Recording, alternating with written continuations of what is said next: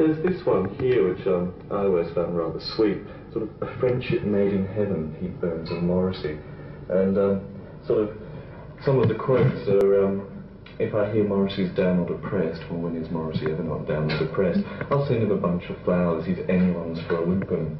And Morrissey sent him 48 naked sailors. I'm not sure if he really did or not. But, I mean, it's sort of odd, really. They're an odd combination, and sometimes I wonder if they're still friends. I'm still friends with Morrissey. I haven't fallen out or anything. I haven't seen him for about a year, or...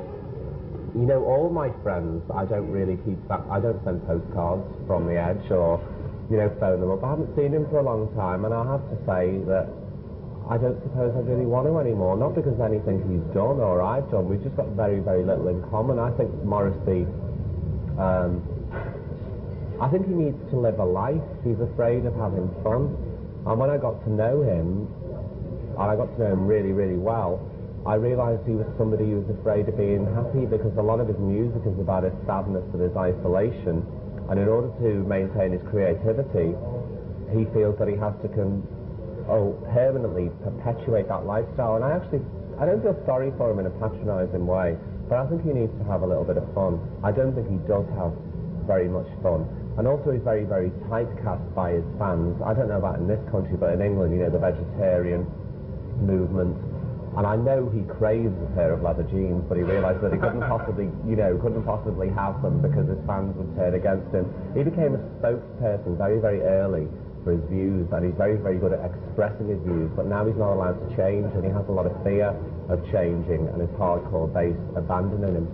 He's just like anybody else. He lives an enforced life of misery, you know. So I've got no time for that. I mean, it's not as though terrible things have happened in his life. He's very successful, he's very talented, so I don't see that much area to be miserable in.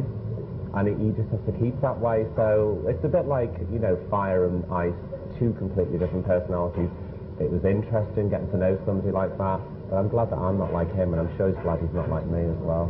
So we should be looking at that album and duets too? Well, there's something actually out that I've seen here. There's a bootleg album where I did a live performance with him at the Royal Albert Hall back in the 80s. I can't even remember what the song is, but no, there wouldn't be any duets. I've got no compulsion to duet with anybody. So you wouldn't want to work with no musicians in inspire you? No, I wish Margarita Placatano would cover You Spin Me Round. She's my favourite musician. Oh, I'm desperate for her to do that. This was their first album, Sophisticated Boom Boom, and sort of trademark hits. That's the way I like it, and I do anything. My favourite song, I think, was Wish You Were Here, Youthquake. This has got You Spin Me Right Round, Like a Record, and other songs such as Lover Come Back to Me, My Heart Goes Bang, Bang, Bang, Bang. This one was sort of when I started losing interest in the band a bit. Mad, Bad and Dangerous to Know. There's a couple of good songs on it. Something in My House was the first one that they released, and this one's got a pull-out sleeve with the other band members on it, and so on. And that was the three main albums, and then after that I think they released one called Nude. Was that released here? Nobody bothered to tell me. This is their new album, Nuclear Patra, and it's actually got a remixed version of You Spin Me Right Round, just for something different, and a copy I see, or a cover version of David Bowie's Rebel Rebel, and apparently I read somewhere that this was dedicated to Courtney Love, which I think is kind of sweet. I arrived at a hotel the other day and they go, I heard you were dead. I mean, no, I'm very much alive.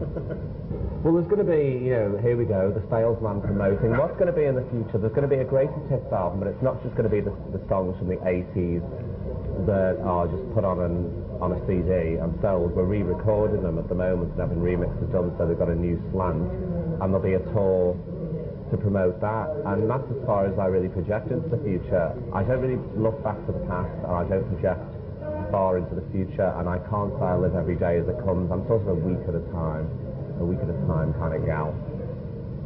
Excellent.